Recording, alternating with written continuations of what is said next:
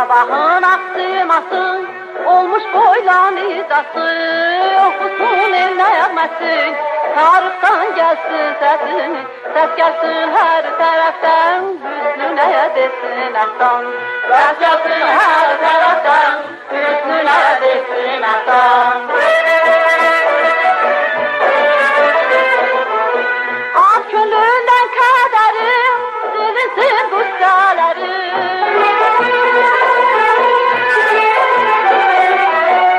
Ak gönlünden kaderim, silinsin kuşlarım. Lal olur kucağımız, gülürsen bayrağımız. Hayırdakin oya bahar, bahara derdi var. Lal olur kucağımız, gülürsen bayrağımız. Hayırdakin oya bahar, bahara derdi var.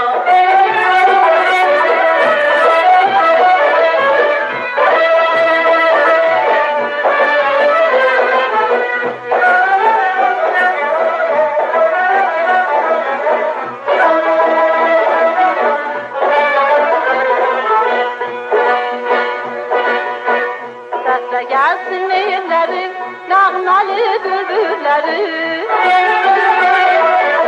Başlanıp taza hayat, gülür bütün kainat. Çalıp sazlık ile, gelsin bülbüller dile. Son koyulsun mühnete, yurdum dönsün cennete.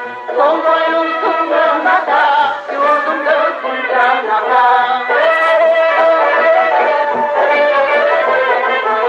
Ak gönülden kaderim, silinsin kuşlarım.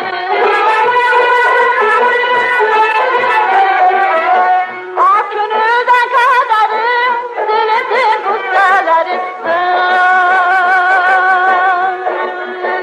Lal olur toprağımız, gülürsen bayrağımız. Hayırdakin oya bahar, bahara her biri var. Lal olur toprağımız, gülüşen bayrağımız.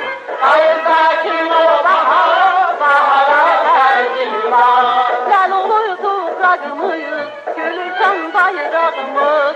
Hayırdakin oya bahar, bahara her biri var.